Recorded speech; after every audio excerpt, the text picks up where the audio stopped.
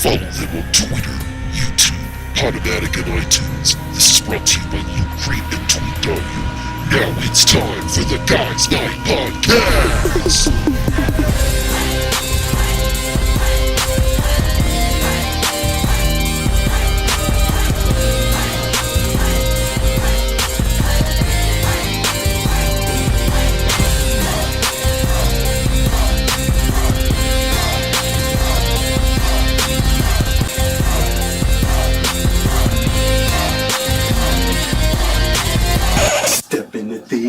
What will you find? So many movies, not enough time. Action, horror, thriller, comedy, foreign documentaries.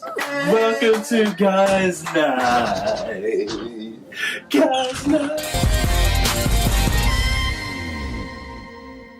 Okay, so we just got out of the anticipated sequel, Blade Runner 2049, starring Ryan Gosling, Harrison Ford, and the cast itself is great. Jared Leto, it was brief time in the movie. I liked his performance, but I'm not going to lie.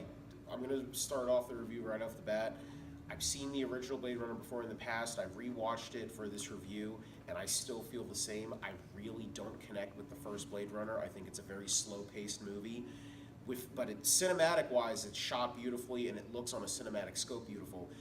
That being said, going into 2049, I feel like this movie has the same flaws as the first movie with the very slow pace. I'm going to be honest with you guys, there were a couple times where I dozed off. I mean, it's just, there were two crucial moments where I was like, man, like this is not keeping my attention. But the moments that do, they worked. I like the holographic Ryan Gosling's love interest. That was good. Harrison Ford, when he's brought on screen, of course, his glow falls into the movie.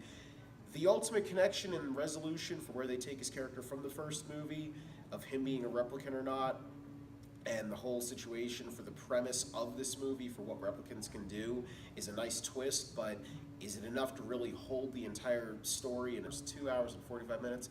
No. I'm sorry, but it has pacing issues. It looks great, moments that are good, but I'm still going to have to give this a 2 out of 4 stars. All right, we just got out of Blade Runner, and I have to say, waiting 20 years for a sequel, I feel kind of slightly disappointed. You know, I love the first movie, granted. You know, like Jared said, some flaws here and there, but, what can I really say? Because it's Harrison Ford, James Olmos. I mean, it's Ridley Scott. That's what kills me. I mean, it was a great movie. Sequel's not that great. Sequel is actually pretty bad. I'm sorry. But anyway, granted, what it is, 2 hours, 45 minutes, way too long.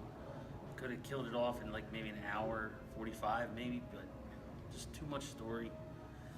Kind of had me bored at some points. Some points were predictable, and I have to admit, that's rough. Heartbroken, yeah, disappointed at the same time.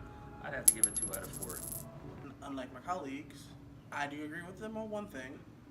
Pacing is an issue. But other than that, I love the movie. I'm not that particular fan of the first Blade Runner. It's an okay movie. Too many alternate versions of it. But I have to say this movie kinda is almost my movie of the year. And I have to say I enjoyed every bit of it. I enjoyed Gosling as the main character and his performance. I like that Harrison Ford came back for this role, and somehow I have to really thank the director. I am someone who was iffy on Arrival when it first came out, and after seeing this, perfect. I can't wait to see more stuff from this. I'm giving it a 4 out of 4. Good to see this